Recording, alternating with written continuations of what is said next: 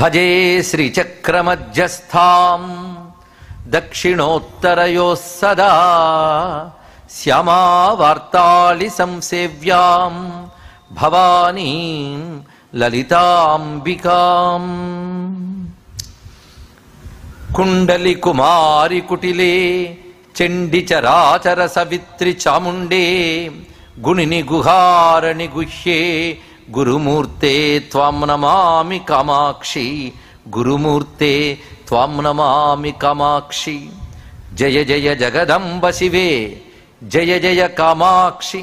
జయ జయాద్రిసుతే జయ జయ మహేశ దయితే జయ జయ చిద్గగన కౌముదీ. మెట్టెలు తొడగడం అంటే మెట్టెలు తొడగడం కూడా మన సంప్రదాయంలో ఒకటి తెలుస్తున్నది కదా.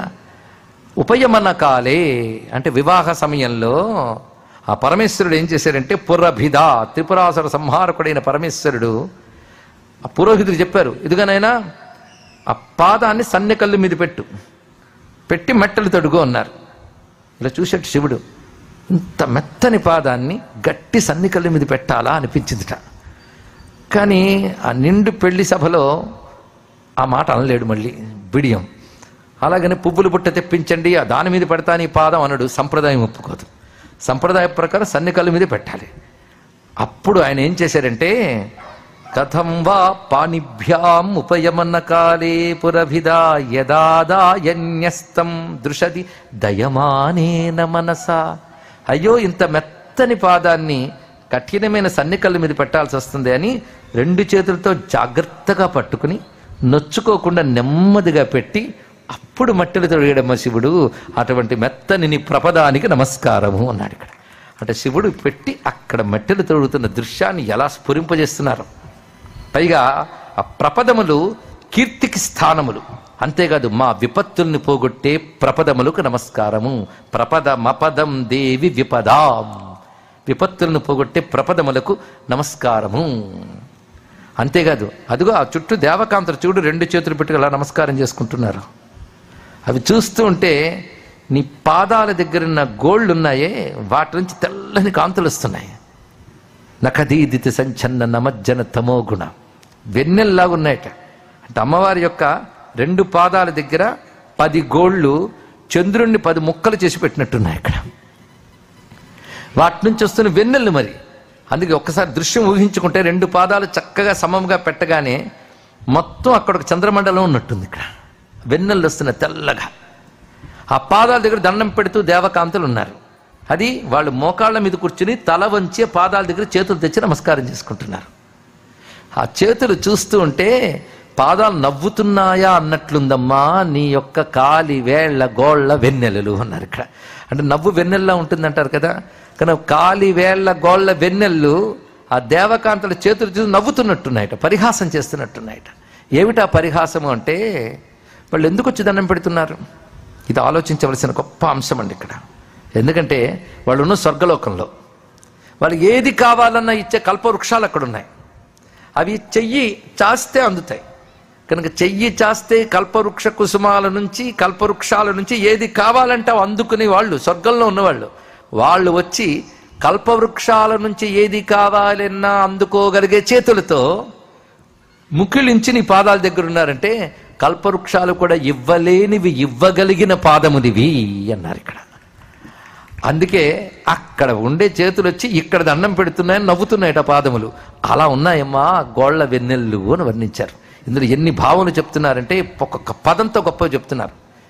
కల్పవృక్ష కుసుమాలు ఎవరికి లేదా కల్పవృక్షములు ఎవరికి ఫలాన్ని ఇస్తాయంటే ఇక్కడ ఎన్నో పుణ్యములు చేసి వాటి ఫలంగా స్వర్గానికి వెళ్ళిన వారికి కల్పవృక్షాలన్నీ ఇస్తాయి. లేదా సహజ దేవతలు కొందరు ఉంటారు, వాళ్ళ అజానజ దేవతలు అని. ఇంద్రుడు శచీదేవి ఇత్యాదులందరూ అజానజ దేవతలు. కర్మదేవతలను మరికొందరు ఉంటారు, అంటే ఇక్కడ పుణ్యముల వల్ల దేవతత్వం పొంది అక్కడ ఉన్నటువంటి వాళ్ళు. వీళ్ళకి కల్పవృక్షాలు అందుబాటులో ఉంటాయి. వాళ్ళు వచ్చి అమ్మవారి పాదాలకు దండం పెడుతున్నట్టే కల్పవృక్షాలు ఇవ్వలేనివి ఈ పాదములు ఇస్తున్నాయి. అంటే అర్థం ఇహలోక సుఖాల కంటే గొప్పవి పరలోక సుఖాలు, అవే కల్పవృక్షాలు ఇస్తున్నాయి. ఇహలోక పరలోక సుఖాల కంటే గొప్పది మోక్షం. అది స్వర్గంలో కూడా దొరకదు, తెలుసుకోండి. ఇక్కడ స్వర్గంలో దొరకదు, దేవతలు ఇవ్వలేరు. కానీ దేవతలు ఇవ్వలేనిది ఇహలోక పరలోకాల్లో దొరకనిది ఆయన కైవల్యం ఇవ్వగలిగే పాదములివి. అందుకే వాళ్ళు వచ్చి నమస్కారం చేస్తున్నారు అని భావం చెప్పారు ఇక్కడ. పైగా స్వస్థేభ్య అని మాట వేశారు. అంటే స్వస్థతగా ఉన్నవారు వచ్చి నమస్కారం చేసుకుంటున్నారంటే స్వస్థత ఒక్కటే పరమార్థం కాదు. ఆరోగ్యంగా ఉన్నాం, దేనికి సమస్యలు లేవు, చాలు, లైఫ్కి చాలదు, ఈ బతుక్కి సరిపోతుంది, కానీ జీవన పరమార్థం పొందాలి. కానీ స్వస్థులైన వారు కూడా స్వస్థై స్మృతా మతిమతీవ శుభాం దదాసి, ఎక్కడుంది ఇది? చండీ సప్తశతిలో ఉంటుంది. దుర్గే స్మృతా హరసి భీతిమశేష జంతో స్వస్థై స్మృతా మతిమతీవ. అది గుర్తు చేయడానికి అది చండీ సప్తశతి కదా. అది భగవత్పాల్ వారి చమత్కారం ఎలా చేశారో చూడండి. నఖైర్నాక స్త్రీణాం కరకమల సంకోచ శశిభిః తరుణాం దివ్యానాం హసత యువతే చండి చరణౌ చండి చరణౌ ఫలాని స్వస్థేభ్యః కిసలయ కరాగ్రేణ దదతాం దరిద్రేభ్యో భద్రాం శ్రియమనిశమన్నాయ దదతౌ. ఎంత రమ్యమైన భావన చూపిస్తున్నారంటే, పుణ్యాలు చేసి చచ్చాక స్వర్గానికి వెళ్తే కల్పవృక్షాలు కోరినవిస్తాయి.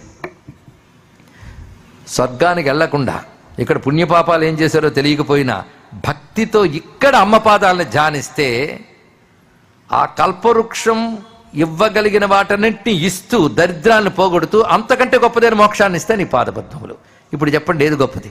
చచ్చేకి గాని పుణ్యాత్ములకి కోరినవి ఇచ్చేటువంటి కల్పవృక్షాలు గొప్పవా?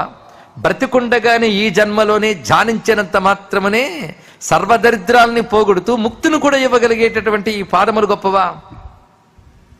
అందుకే ఆ కల్పవృక్షాన్ని, ఆ లోకాల్ని అలా తీసి పారేసేటట్టు హేళనగా నవ్వుతున్నాయమ్మా ఆ పాదములు ఎందున్న గోళ్లకాంతులు అని చెప్పారు ఇక్కడ. ఇందులో చండీ అని సంబోధించారు అమ్మవారిని. అది గుర్తు చేస్తూ ఫలాని స్వస్థేభ్య అని మళ్ళీ స్వస్థై స్మృతా మధుమతీవా అనే సప్తశతి వాక్లో ఉన్న శ్లోకాన్ని గుర్తు చేస్తున్నారు. అందుకే చండి తర్వాత పెట్టనున్నటువంటి స్వారస్యం అక్కడ గోచరిస్తున్నది. మొత్తానికి దీనిలో చెప్తున్నది అమ్మవారి పాదపద్మ ధ్యానం నువ్వు స్వర్గాది లోకాల్లో కూడా పొందలేని దివ్యమైన సంపదలు ఇస్తుంది. అవి కూడా ఇవ్వలేని కైవల్యాన్ని ఇవ్వగలదు, నీకు ఏదైనా ఇవ్వగలదు. అందుకే స్వర్గానికి వెళ్ళలేదే, కల్పవృక్షం దొరకలేదు అనుకోవద్దు. అమ్మ పాదాన్ని ధ్యానించడమే కల్పవృక్షాలను అందుకోవడం కంటే గొప్పది. అటువంటి అమ్మ పాదాలకి నమస్కారం చేస్తూ ఆ పాద శ్లోకాల్లో పరాకాష్ఠకు చెందిన శ్లోకాన్ని చెప్పుకుంటున్నాం. దదానే దీనేభ్యః శ్రియమనిశమాసాను సదృశీం అమందం సౌందర్య ప్రకర మకరందం వికిరతి తవాస్మిన్ మందారస్తబక సుభగే యాతు చరణే నిమజ్జన్మ జీవః కర్ణచరణై షట్చరణతాం. ఇది ఉదాత్తమైన పరాకోటికి చెందినటువంటి శ్లోకం అండి. అమ్మా, నీ పాదములు దీనులకు అంటే అసహాయులకు, ఎక్కడో స్వర్గంలో ఉన్న గొప్ప వాళ్ళకి ఇచ్చివ్వడం వదిలేయండి, అసహాయులకు దీనులకు శ్రియం అనిశం ఆసాన సదృశి, వారి కోరికకు తగ్గట్టుగా అనిశం ఎల్లవేళలా సంపదలను ఇవ్వగలిగేటువంటి నీ పాదములు. దానిలో అమందం సౌందర్య ప్రకర మకరందం వికరతి. ఏదో పద్మాల నుంచి ఏదో మకరందం పెళ్ళిపుకుతుందంటారు, కానీ అనల్ప సౌందర్యం, అనల్ప సౌందర్యం అంటే సచ్చిదానంద సౌందర్యము ఆ పాదపద్మముల యందున్నది. అలాంటి మకరందం సచ్చిదానంద మాధుర్యము కలిగినటువంటి ఆ పాదపద్మముల యందు నా జీవుడనే తుమ్మెద ఐక్యముగాక. రమ్యమైన భావన. ఇది చెప్పేటప్పుడు ఏమంటున్నారంటే, అమ్మ పాదాలు మందార స్తబకము వలె ఉన్నాయి. స్తబకం అంటే పూల గుత్తి, మందార స్తబకం అంటే కల్పవృక్ష కుసుమాల గుత్తి. మందారం అంటే మనం చెప్పే హైబిస్కస్ కాదండి. కల్పవృక్షాల్లో ఒక తెగ మందారం, మందారం, పారిజాతం, సంతానం, హరిచందనం, కల్పకం అంటూ కల్పవృక్షముల యొక్క జాతులు ఇవి. అందులో మందార స్తబకము అంటే కల్పవృక్ష కుసుమాలు గుత్తిలో ఉన్నాయట అమ్మ యొక్క రెండు పాదములు. అలాంటి పూల గుత్తిని చూడగానే తుమ్మెదకు ఉత్సాహం, కావలసిన మకరందం దొరుకుతుందని. కనుక ఒక తుమ్మెద అంత పుష్టిగా మకరందం దొరికితే మరొక పద్మం దగ్గరికి, మరొక కుసుమం దగ్గరికి వెళ్ళదు, అందులో లయమైపోతుంది, లీనమైపోతుంది.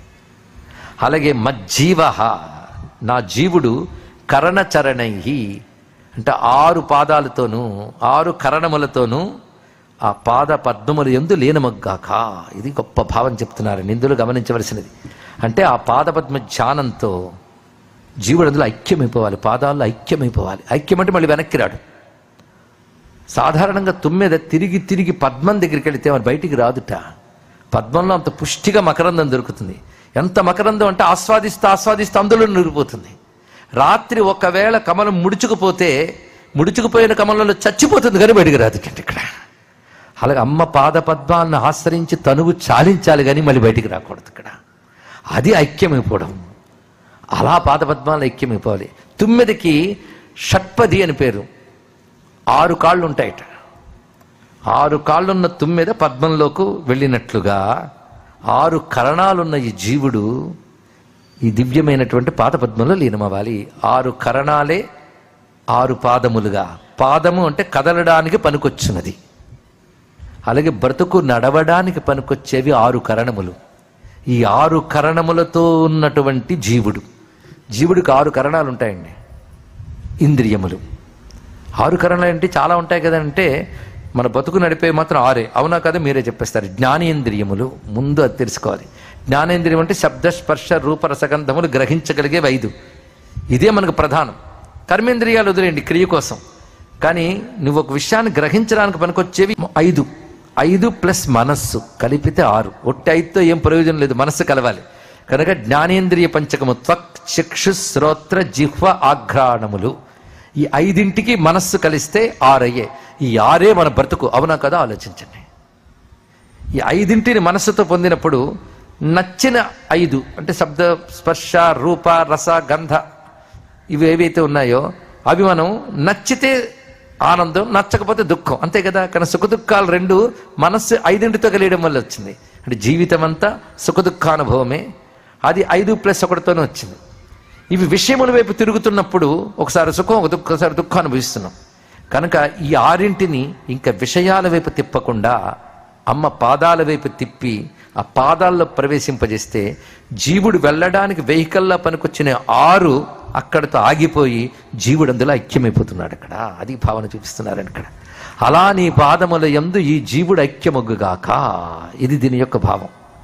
ఇంకొక రహస్యం, కరణచరణై అంటే ఉత్తమ యోగ సాధకుడు గురువు యొక్క శిక్షణలో అమ్మవారిని కుండలినిగా ఉపాసించగానే మూలాధారంలో సుప్తమైన కుండలిని జాగృతి జరుగుతుంది. జాగృతమై ఒక్కొక్క చక్రం దాటుకుంటూ మూలాధార, స్వాధిష్టాన, మణిపూర, అనాహత, విశుద్ధ, ఆజ్ఞ 6. ఈ 6 దాటి సహస్రార కమలంలో ఉన్న నీ దివ్య పాదముల యందు లీనమైపోతుంది.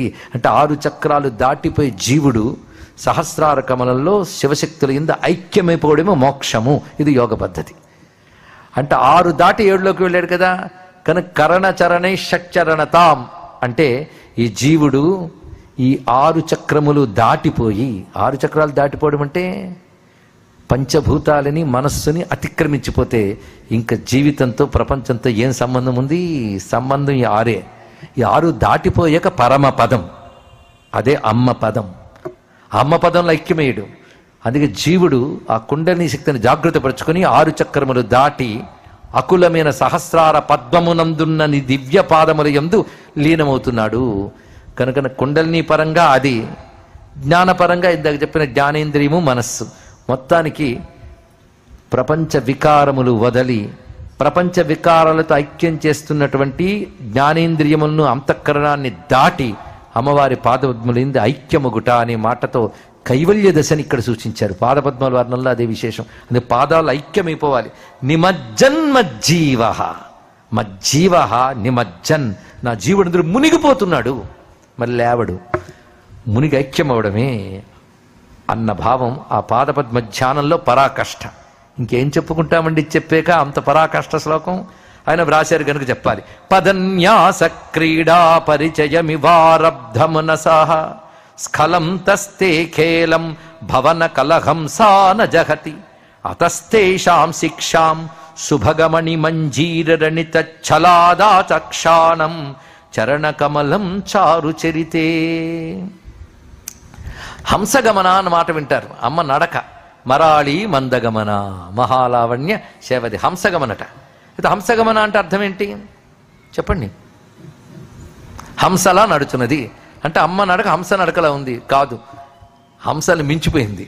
అందుకే భవన కలహంసలు అంటే నువ్వు కైలాసంలో నీ దగ్గరున్న పెంపుడు హంసలు నువ్వు నడుస్తుంటే నీ వెనకాల నడుస్తున్నాయి హంసలు.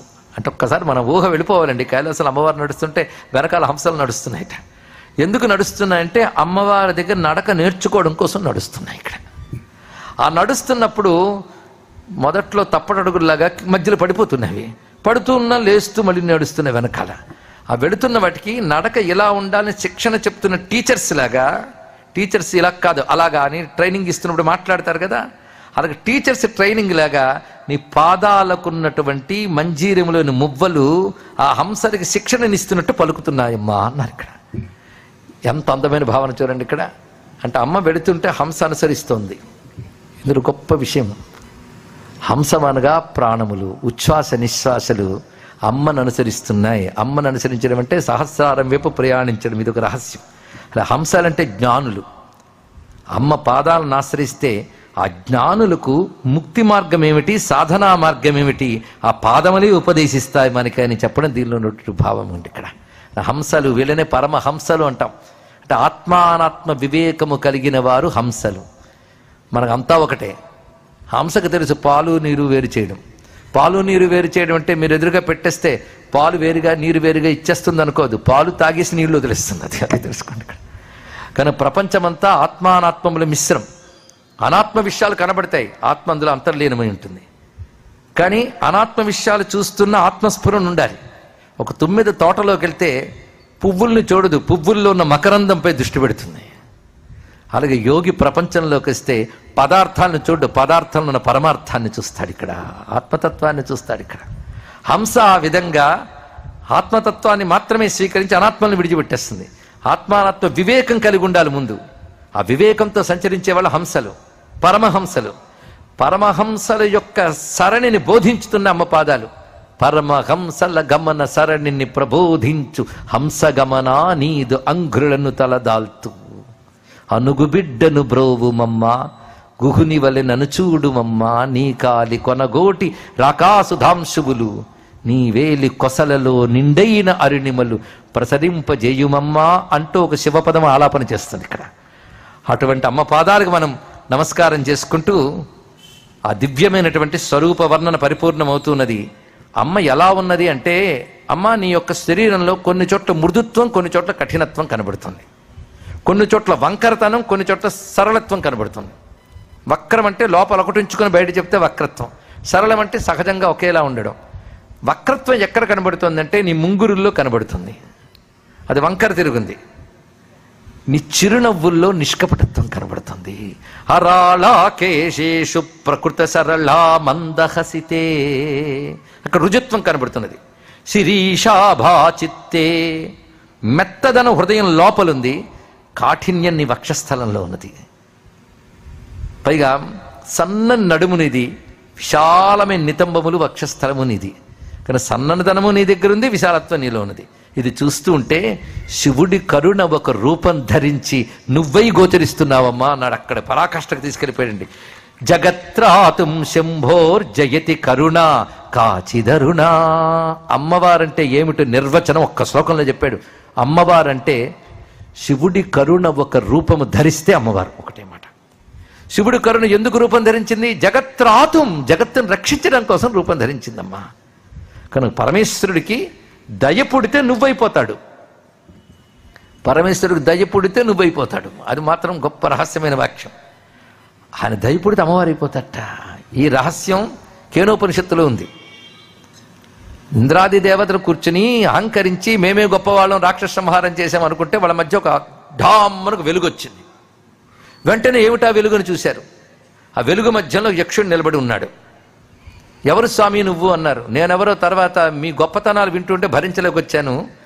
మీ గొప్పతనాలు ఏమిటో చెప్పండి అంటే, అగ్ని నేను దేన్నైనా తగలబెట్టగలను, అలాగే రాక్షసులు తగలబెట్టాను అన్నాడు. వాయువు నేను ఎవరినైనా ఎగరగొట్టగలను అన్నాడు. నీరు నేను ఎవరినైనా ఉక్కిరి బిక్కిరి చేసేయగలను అన్నది. యముడొచ్చి ఎవరెన్ని చేసి నేను సంతకం పెట్టకపోతే శాంక్షన్ లేదన్నాడు. ఇక్కడ ఒక్కొక్కరు అలా గర్విస్తూ ఉంటే అప్పుడు వచ్చిన యక్షుడు చెప్తున్నాడు ఏమనంటే, ఇక్కడ ఎండు గడ్డి పరక పెట్టాను, మీరేం చేస్తారో చేయండి అన్నాడు. అగ్నిని పిలిచాడు, తగలబెట్టన్నాడు. తమ సమస్త శక్తిని చూపించిన తగలబెట్టలేకపోయాడు. వాయువు ఎగరగొట్టలేకపోయాడు, వరుణుడు తడపలేకపోయాడు, యముడు తొలగించలేకపోయాడు. ఇంద్రుడు చూశాడు, ఆయన తెలివైనవాడు, శక్తి ప్రకటించకుండా మోకాళ్ళ మీద కూర్చొని 2 చేతులు దండం పెట్టాడు. అదండి నీ అహంకారం ప్రకటించకుండా ఆశ్రయిస్తే అప్పుడు అనుగ్రహం దొరుకుతుంది. అహంకారం వదలి ఆశ్రయిస్తే అనుగ్రహం దొరుకుతుంది. సూత్రం గుర్తుపెట్టుకోండి. ఇక్కడ ఎప్పుడైతే 2 కాళ్ళ మీద కూర్చొని దండం పెట్టాడో ఇంద్రుడి ఎవరు నువ్వు స్వామి అని అడిగాడు ఆయన. అంటే ఆయన జిజ్ఞాస ఉంది, ఎవరో తెలుసుకోవాలని తపనుంది. అహంకారం పనికిరాదని జ్ఞానం వచ్చింది. మరి దేవతల లీడర్కి ఆ మాత్రం బుద్ధి ఉండాలి. అది చెయ్యగానే ఆయన అంతర్ధానమైపోయాడు. ఆవిడ కనబడింది. ఆయన ప్లేస్లో ఆవిడ వచ్చేసింది. సతస్మిన్నేక్వాకాశే స్త్రియమా జగామా, స్త్రీ కనబడింది. అమ్మా నేను ఆయన ఎవరు అంటే ఆయన వెళ్ళిపోయాడు ఏంటి, నువ్వు వచ్చేమిటి, ఇంతవరకు నిలబడ్డ ఆయన ఎవరు, ఇప్పుడు వచ్చి నువ్వెవరు అంటే ఆయనే నేనై వచ్చాడు అని చెప్పింది ఇక్కడ. ఎందుకంటే అహంకారం ప్రవేశిస్తే అమరులు కూడా అసురులైపోతారు నాయన. గొప్ప మాట. అది మీరు అహంకరిస్తూ ఉంటే మీకు అసలు జ్ఞానం కలిగించడానికి, అంటే నా నిర్వాకం ఎవ్వరు అహంకరించద్దు, ప్రపంచనాథాన్ని నడుపుతున్న పరమేశ్వరుడి నిర్వాకమే మీ ద్వారా వచ్చింది. ఇక్కడ ఏది జరిగిన ఆయన నిర్వాకమే. ఈ జ్ఞానం మీకు కలిగించడం కోసం ఈశ్వరుడు అక్కడికి వచ్చాడు. అహంకరిస్తున్నంత కాలం నేను రాలే. ఆశ్రయించి శరణు వేడాక ఆయనకి దయ పుట్టింది. దయ పుట్టి ఆయన తత్వం తెలియజేయడం కోసం ఆయన కరుణ నా రూపం ధరించి వచ్చింది అని చెప్పింది. నీ పేరేమిటంటే ఉమా అని చెప్పింది. ఇక్కడ అదే శ్రీ విద్య. ఉపనిషత్తుల్లో శ్రీ విద్య అంటే అక్కడ ఉందండి రహస్యం. అది గమనించుకో. శివశక్తిని తెలుసుకోవడమే. ఆయన యక్షుడు. యక్షుడు అంటే అర్థం ఏంటంటే పూజ్యుడు అని అర్థం. యజనము చెయ్యటుకు అర్హుడు యక్షుడు అని అర్థం చెప్పారు ఇక్కడ. ఇది తెలిస్తే యక్షస్వరూపాయ జటాధరాయ పినాకహస్తాయ అని ఎందుకు చదువుతారు అర్థమవుతుంది. తెలిసింది కదా. మొత్తానికి అమ్మవారు ఎవరంటే శివుని కరుణ అలా వచ్చింది. కరుణకు రంగు అరుణం, ఎరుపు కరుణకి వర్ణముట. అది అద్భుతమైన మాట. అందుకే కారణపరచిద్రూపా కాంచీపురసిమ్ని కాంచీపీఠగత కాచన విహరతి కరుణా కాశ్మీరస్తబక కోమలాంగలత అంటాడు మూక కవి. అదిగో కాశ్మీర పువ్వులగే ఎర్రగా ఉన్న ఒక కరుణ కాంచీపుర కంపా తీరంలో తిరుగుతోందన్నాడు ఇక్కడ. స్వామి బోధానంద గోసేవ ఆశ్రమం సైథాపూర్. జ్యోతిష్యం, వాస్తుశాస్త్రం మన పూర్వీకులు మనకిచ్చిన వరం. దుర్గాదేవి, కాలభైరవ ఉపాసనతో వాక్సిద్ధి పొందిన శ్రీ శ్రీ బోధానందగిరి స్వామివారు మీకు ఎలాంటి సమస్యలున్నా, వాటిలో ముఖ్యంగా ధన నష్టం, ఆరోగ్య నష్టం, భార్యాభర్తల మధ్య గొడవలు, ప్రేమించుకున్న వారు దూరం అవడం, ఎన్ని సంబంధాలు వచ్చినా పెళ్లి ముడి పడకపోవడం, రోడ్డు ప్రమాదాలు, అప్పుల బాధలు, వ్యవసాయంలో నష్టాలు, పెద్దల మాట పిల్లలు వినకపోవడం, ఆరోగ్య శాంతి, గృహశాంతి, మనశ్శాంతి లేకపోవడం, ఇలాంటి సమస్యలు ఉన్నట్లయితే ఒక్కసారి స్వామీజీని కలవండి. మీ సమస్యలకు తగిన పరిష్కారాన్ని పొందండి. అంతేకాక అన్ని రకాల వ్యాధులకు గోపంచకవ్య మరియు మూలికా వైద్యం చేయబడును. నమ్మకంతో రండి, ఆయురారోగ్యాలతో వర్ధిల్లండి. మా అడ్రస్ స్వామి బోధానంద గోసేవ ఆశ్రమం సైథాపూర్, వీరభద్రస్వామి గుడి దగ్గర, యాదగిరిగుట్ట. సంప్రదించవలసిన నెంబర్ 9849213754 మరియు 9618034138.